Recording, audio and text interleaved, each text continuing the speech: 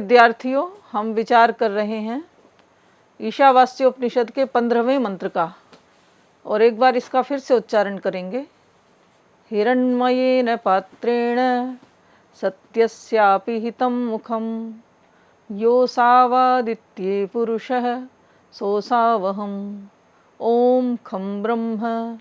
तो ये मंत्र इस प्रकार से भी मिलता है, क्योंकि ये मंत्रोपनिषद है। तो मंत्रोपनिषद में इसका जो नीचे का चरण है वो बदला हुआ है, कुछ परिवर्तित है। यो सावादित्य पुरुष है सो सावहम ओम खम ब्रह्म, ये पंक्ति उसमें परिवर्तित है। और जो हम ईशावास्योपनिषद में इसको देखते हैं, इसकी दूसरी पंक्ति है तत्वं पूषण नपावृणु सत्य धर्माय दृष्टये। तो यजुर्वेद के 40वें अध्याय में थोड़ा सा परिवर्तन इसमें मिलता है। तो हम इस पर विचार कर रहे थे कि ये जो साधक है जिसने जीवन भर सत्य का आचरण किया है, सत्य धर्मा है, तो वो अपने लिए पूषण देव से प्रार्थना कर रहा है। और पूषण देव किसको यहाँ पर संबोधित किया गया है? पूषण ईश्वर को भी कहते हैं, क्योंकि वो सबकी पुष्टि करता है, पालन पोषण करता है, इसलिए वो क्या है? पूषण है। किंतु यहाँ पर आचार्य शंकर के भाष्य में आदित्य मंडल को उस प्रत्यक्ष ब्रह्म का क्या माना गया है? स्वरूप माना गया है। तो प्रत्यक्ष जो देव है, सभी देवोपासनाओं में जो प्रत्यक्ष सबसे अधिक है वो सूर्य ही है।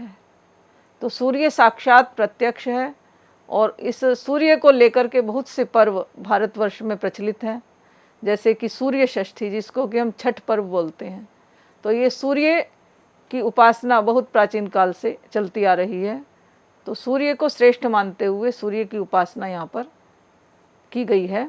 और सूर्य से प्रार्थना करते हुए जो सत्य धर्मा है, वह ऐसा साधक जिसका विशेषण हो गया है सत्य धर्मा, सत्य पर आचरण करने वाला, वो इस सूर्य देव से प्रार्थना कर रहा है कि ये जो भौतिकता के आकर्षण हैं, पदों के आकर्षण हैं, यश का आकर्षण है, ये मुझे बहुत प्रभावित करता है। तो कृपा करके अब मैं सत्य का दर्शन करना चाहता हूँ, तो इस चमकीले जो इसकी आभा है, चमक है, इसको तू यहाँ से हटा ले, अपसारे। तो ऐसा ये उपासक है जो कि बहुत ही श्रद्धा भाव से गहरी उपासना के साथ यहाँ पर प्रार्थना कर रहा है। तो अहम सत्य धर्मा तस्मै मह्यम, मैं जो सत्य रूप धर्म हूँ, तस्मै मह्यम, ऐसे मुझ दृष्टा के लिए यथाभूतस्य धर्मस्य अनुष्ठात्रे, और जो यथाभूत धर्म था उसके अनुष्ठान करने वाले के लिए, यानी जो शास्त्रोक्त धर्म था उसके अनुष्ठान करने वाले मेरे लिए, दृष्टये देखने के लिए, तब सत्यात्मनः उपलब्ध है, तुझ सत्य रूप धर्म की उपलब्धि के लिए इसको, ये जो सोने का चमकीला पात्र है, इसको तू अपसारे, हटा दे। तो ये प्रार्थना बड़ी ही श्रद्धा भाव से यहाँ पर की गई है। तो वास्तव में हिरण्मय पात्र क्या है, इसको जानने की आवश्यकता है। हिरण्मय पात्र जब व्यक्ति पुरुषार्थ करता है, ये जो पूषण शब्द यहाँ पर आया है, तो पूषण शब्द के लिए यहाँ पर जो अन्य व्याख्याकार हैं, उन्होंने पूषण किसको कहा है? जीवात्मा को। और परमात्मा जो है उस पुष्टिकर्ता जीव के लिए कुछ उपदेश इसमें दे रहा है। तो ऐसा संबोधन जीवात्मा के लिए यहाँ पर किया गया है। और परमात्मा क्या कहता है कि हिरण्मयेन पात्रेण सत्यस्य अपिहितं मुखम, कि ये जो ज्योतिर्मय पात्र है, चमकीला पदार्थ है, इससे सत्य का मुख ढका हुआ है। यो सावादित्य पुरुषः सोऽसावहम् ओम खं ब्रह्म, जो यह आदित्य मंडल में पुरुष है वही मैं हूँ, और वही इस लोकांतर में है। ओम खं ब्रह्म है, मेरा निज नाम ओम है। तो ये मंत्र भी हमें प्राप्त होता है। तो यहाँ पर जो तत्वं पूषण अपावृणु सत्य धर्माय दृष्टये, ये जो विशेषण है ये जीवात्मा के लिए भी किया जाता है, क्योंकि ऐसा साधक जिसने जीवन भर सत्य का आचरण कर लिया है, और जिसने संभूति और असंभूति रूप फल को प्राप्त कर लिया है, अणिमादि जो सिद्धियां हैं उनको भी प्राप्त कर लिया है, और जिसने जीवन में सभी सुख साधन और संपन्नता और ऐश्वर्य को भी प्राप्त कर लिया है। तो ऐसे सुख साधन जिसके पास होंगे, संपन्नताएं होंगी और जो जीवन में धर्म का आचरण भी कर रहा है, तो तात्पर्य है कि उसके जीवन में सफलताएं भी आएंगी। तो इसलिए पूषण किसका विशेषण हो गया? ऐसे पुरुषार्थ करने वाले के लिए कहा गया है। पूषण सबके लिए नहीं, जिस हे पुष्टि करने वाले जीव, हे पोषण करने वाले जीव, या फिर हे पुरुषार्थी जीव, ये जो सत्य का मुख है वो ज्योतिर्मय पात्र से ढका हुआ है। तत्वम पूषण अपावृणु। तत्वम, तत्वम मतलब इसको तू, पूषण अपावृणु, हे पुष्टिकर्ता जीव तू अपावृणु हटा ले। किस लिए हटा ले? सत्य धर्माय दृष्टये, सत्य रूप धर्म को देखने के लिए, क्योंकि सत्य तो ईश्वर है।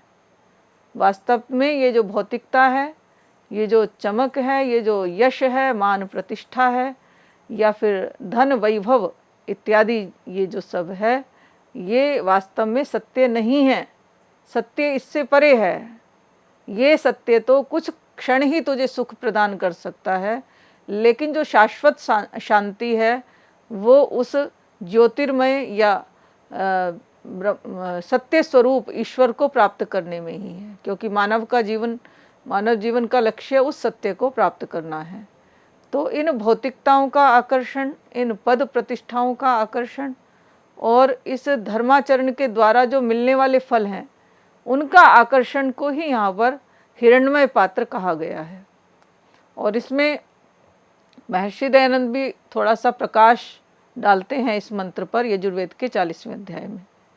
तो वो क्या कहते हैं? हे मनुष्यो, जिस ज्योति स्वरूप पात्रेण रक्षक मुझसे सत्यस्य अविनाशी यथार्थ कारण के अपिहितम आच्छादित मुखम मुख के तुल्य अंग का प्रकाश किया जाता है, जो असौ वह आदित्य प्राण व सूर्यमंडल में, आदित्य को क्या कहा गया है यहाँ पर? सूर्यमंडल अथवा सबका प्राण, क्योंकि सबका केंद्र क्या है? ये आदित्य ही है। पुरुष है, पूर्ण परमात्मा है, सह वह असौ परोक्ष रूप मैं, खम यानी आकाश के तुल्य व्यापक, ब्रह्म सबसे गुण कर्म और स्वभाव से अधिक हूँ। मतलब जितने भी संसार में प्राणी हैं या जितने भी श्रेष्ठ विद्वान हैं, उन सब में ब्रह्म है, सबसे क्या है? अधिक है। इसलिए बृहत्वाद ब्रह्म ऐसा विशेषण एक ब्रह्म का मिलता है। ओम सबका रक्षक जो मैं हूँ, उसका ओम ऐसा नाम जानते हैं। ओम उस ईश्वर का मुख्य निज नाम है। सभी उसको ओम इस नाम से जानते हैं और उसके विशेषण बताए इसमें, जो कि बृहत्वाद ब्रह्म है, सबसे गुण कर्म स्वभाव में सबसे बढ़ चढ़ करके है। कोई कितना भी ऋषि महर्षि या सिद्ध व्यक्ति हुआ हो, उसके लिए भी सबसे बड़ा कौन है? ईश्वर ही है। वे भी किसकी उपासना करते हैं? उस पर ब्रह्म ईश्वर की ही प्रार्थना करते हैं। इसलिए कहा गया स एष पूर्वेशाम अपि गुरु कालेना नवच्छेदात। तो बृहत्वात् ब्रह्म है, ओम खम ब्रह्म, ये कहा गया। और ओम उसका क्या है? निज नाम है। ओम सर्वश्रेष्ठ नाम है, क्योंकि वो सबकी रक्षा करता है।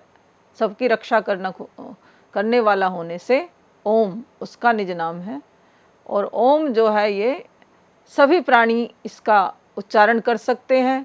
किसी को दांत आए हैं वो भी ओम का उच्चारण कर सकता है, नहीं आए हैं वो भी कर सकता है। और नासा के वैज्ञानिकों ने सिद्ध कर दिया है कि इस सृष्टि में ओम का नाद गुंजायमान हो रहा है। तो ये ओम ईश्वर का सर्वश्रेष्ठ नाम है। एतद आलम्बनम परम एतद आलम्बनम महत। ओम जो है ईश्वर का सर्वश्रेष्ठ नाम है। बहुत से नाम हैं ईश्वर के, तो उसमें ओम सर्वश्रेष्ठ नाम है।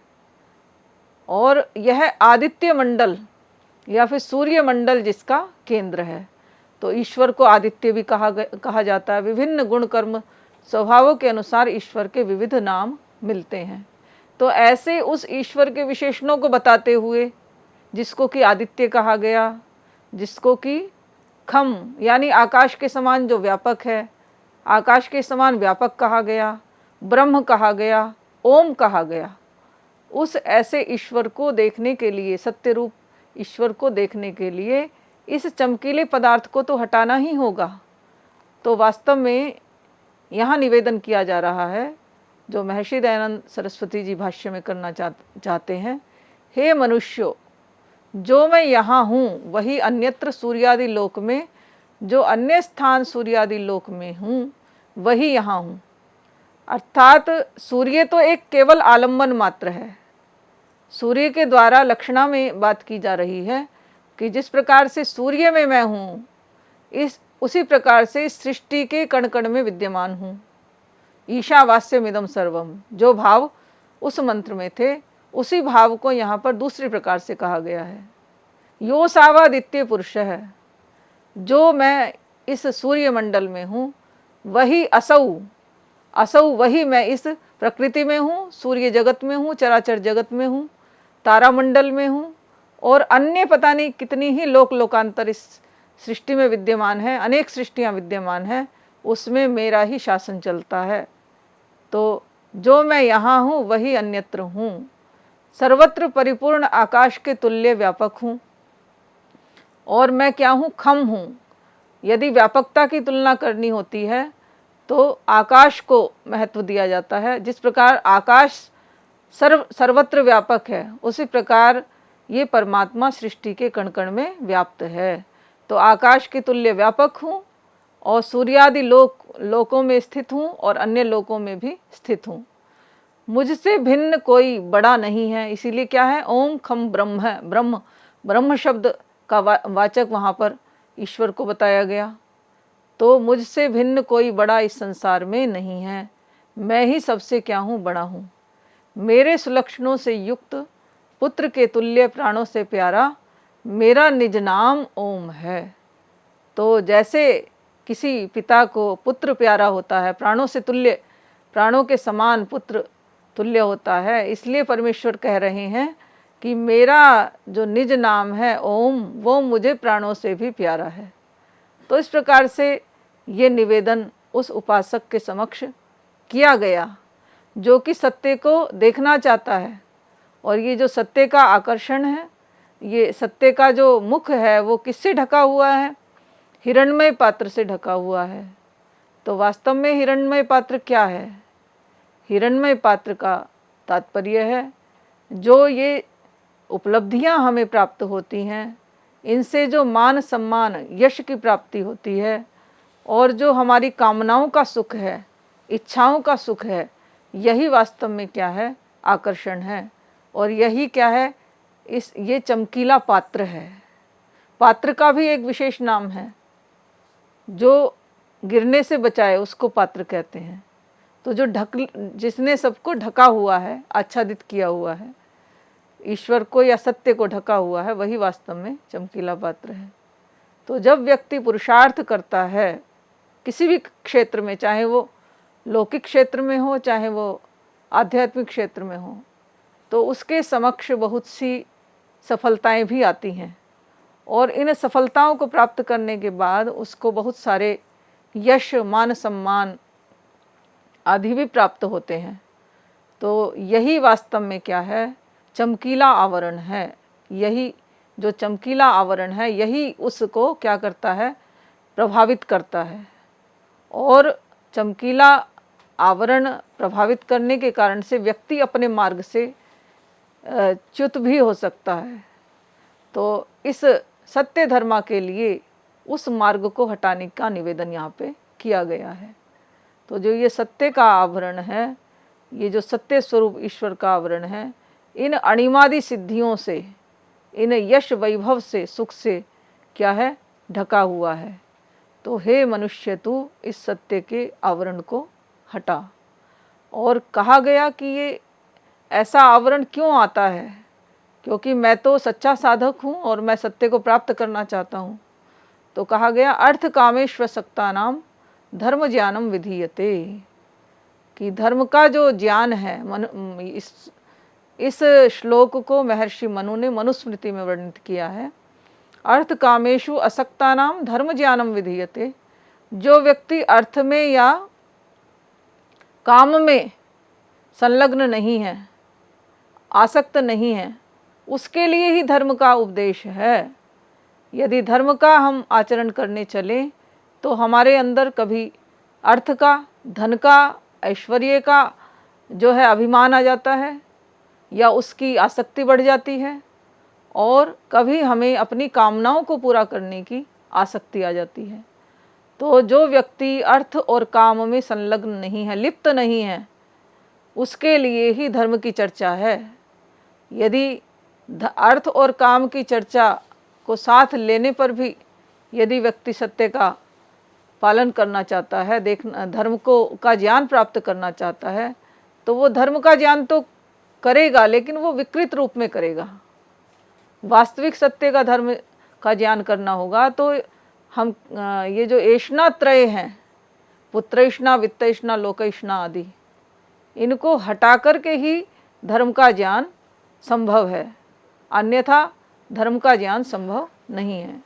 तो धर्म का तात्पर्य यहाँ पे क्या है? धर्म के तात्पर्य हमारे जो आचरण हैं, करणीय कार्य हैं, उन्हीं को यहाँ पर धर्म कहा गया है। अर्थ और काम में लिप्त न होने वालों के लिए ही धर्म का क्या है? ज्ञान है। तो उस आकर्षण को हटाने की ही यहाँ पे प्रार्थना की जा रही है। आध्यात्मिक व्यक्ति यदि आध्यात्मिक प्रगति बहुत सी कर लेता है, अपने चित्त को साध करके संयम पूर्वक या अपने संवेगों को संयमित करके जीवन जी करके जिसने आध्यात्मिक उपलब्धि प्राप्त कर ली है, तो उसके लिए भी जो योग दर्शनकार हैं वो विभूतिपाद में बहुत सी सिद्धियों को वर्णित करते हैं, अणिमा, महिमा, लघिमा, गरिमा इत्यादि। तो उन सिद्धियों के प्राप्त होने का भी आकर्षण उस व्यक्ति को हो सकता है, और उसको बहुत से स्थानों से सम्मान मिलता है, निमंत्रण मिलता है, तो कहीं वो उनको प्राप्त करके गर्वित न हो जाए। तो इसलिए कहा कि ये सब भौतिकता का आकर्षण है, ये चमकीला आवरण है, इनको तू हे पूषण पुष्टि करता जीव, तुझे ये हटा लेना चाहिए, इनको तू हटा। सत्य धर्माय दृष्टि, सत्य स्वरूप धर्म को प्राप्त करने के लिए ये जो पद प्रतिष्ठा इत्यादि का आकर्षण है वो तेरे लिए उचित नहीं है, इसलिए तू हटा।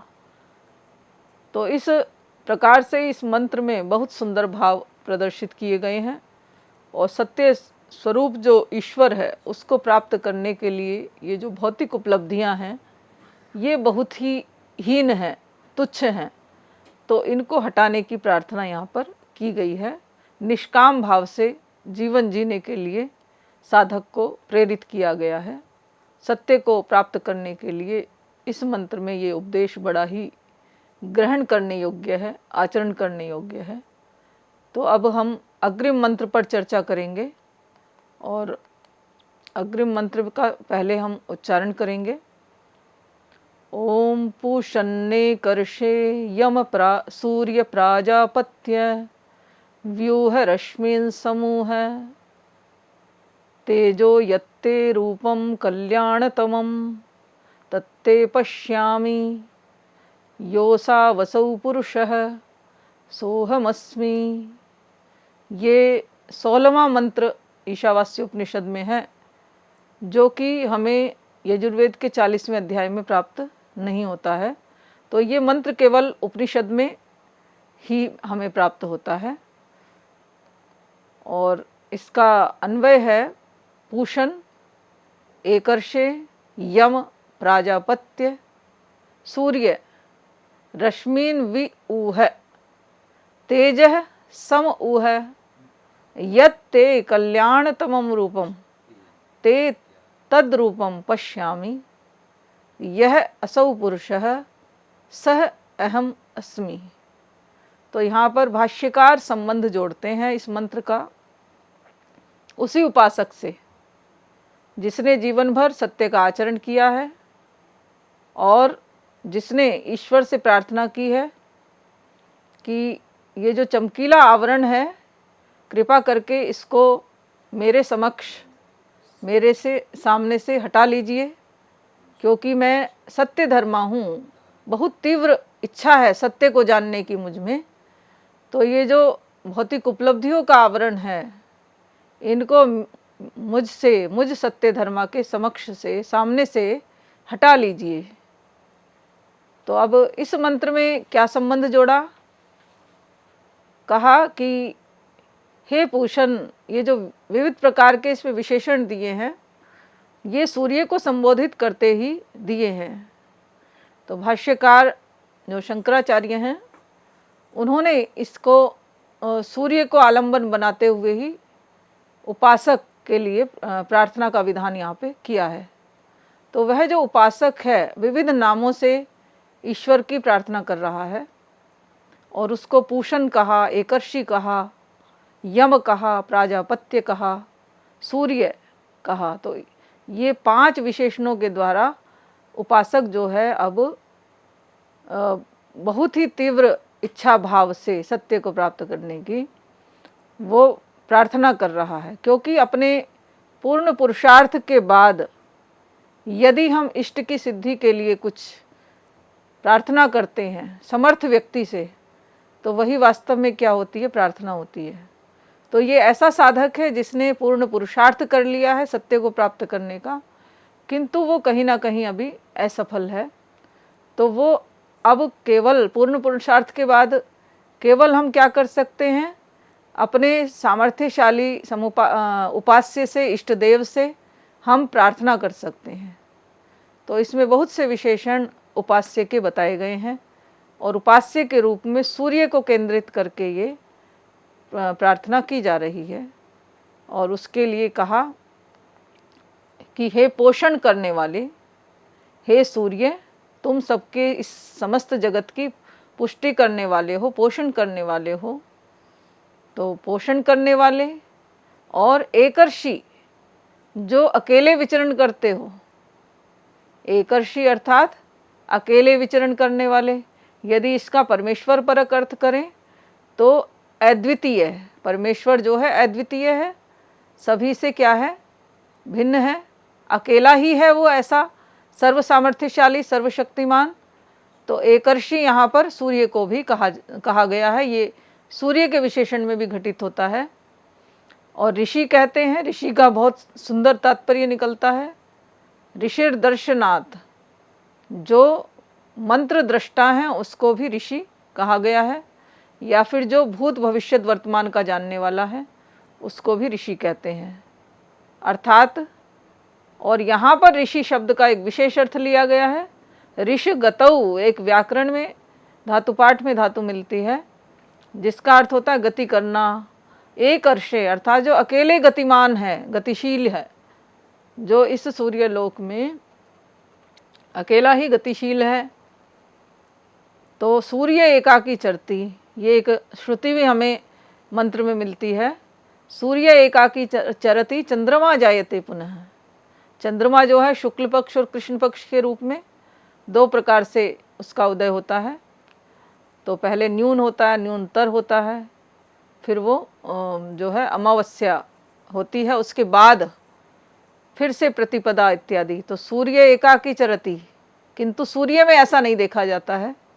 सूर्य एकाकी चरती चंद्रमा जायते पुनः। एकर्षि, ये जो विशेषण है इस सूर्य के लिए यहाँ पर संगत प्रतीत होता हुआ दिखता है।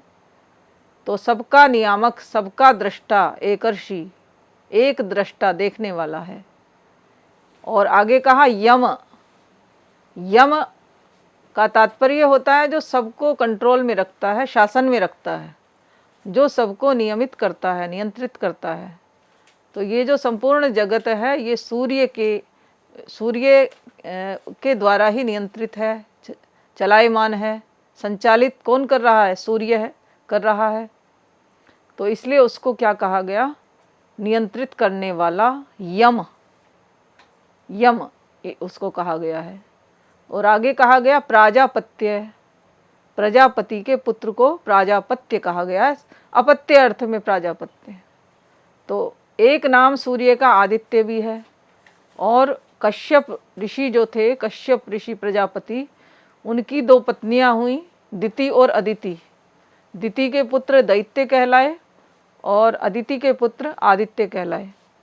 तो ये प्रजापति की संतान होने के कारण से प्राजापत्य इस नाम से यहाँ पर संबोधित किया गया है। और एक नाम सूर्य का सूर्य ही रखा गया। सूर्य श्री गतौ धातु से और क्या प्रत्यय करने पर राजसूय सूर्य एक सूत्र प्राप्त होता है, उसमें सूर्य शब्द को निपातित किया गया है। और इसी प्रकार से यहाँ पर जो भाष्यकार अर्थ करेंगे वो प्रेरणा करने अर्थ में इसका अर्थ करेंगे सुईरयति, इस प्रकार से। तो प्रजापति के पुत्र सूर्य, हटाओ किरणों को, अपनी तुम ये जो किरणें हैं, सातों रश्मियां हैं, इनको हटाओ। व्यू है, वी ऊ है, हटाओ। और समूह है, समूह है यानी इकट्ठा करो। तेज, किसको इकट्ठा करना? तेज को, अपने तेज को इकट्ठा कीजिए और अपनी जो बिखरी हुई किरणें हैं इनको हटा दीजिए। जो तुम्हारा अत्यंत कल्याणकारी रूप है उस तुम्हारे रूप को मैं देख सकूं। क्यों हटा दीजिए इनको?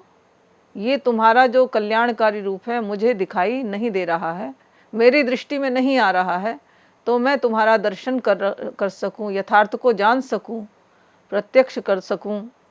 तो इसलिए तुम इस सूर्य रूपी जो ये तुम्हारी किरणें हैं, सूर्य तुम्हारी जो ये किरणें हैं, इनको मेरे समक्ष, मेरे सामने से हटा लीजिए।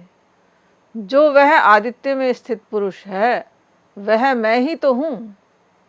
तो ये जो तुम्हारा आदित्य में तुम जिस पुरुष की का प्रत्यक्ष कर रहे हो, जिस परमात्म तत्व को देख रहे हो, वही मैं हूँ। ऐसा संकोच मत कीजिए कि जो वो सत्य अलग है और मैं सत्य अलग हूँ, या ये संपूर्ण चराचर जगत में भिन्न ईश्वर है। तो एक ही ईश्वर इसमें विद्यमान है। तो इस प्रकार से निश्चय देते हुए यहाँ पर उस साधक के लिए, साधक जो है बहुत ही उत्तम प्रकार से प्रार्थना कर रहा है और अंतिम पंक्ति में वह आदित्य रूप ईश्वर या परमेश्वर उस साधक को अपने रूप दर्शन के लिए प्रेरित करता है। तो इस प्रकार से इस मंत्र का भाव हमने जाना है केवल। अब इसकी व्याख्या थोड़ी और व्यापक होगी, जिसको कि हम अग्रिम कक्षा में विचार करेंगे। तो तब तक के लिए आप स्वाध्याय कीजिए इसका। धन्यवाद। नमस्ते।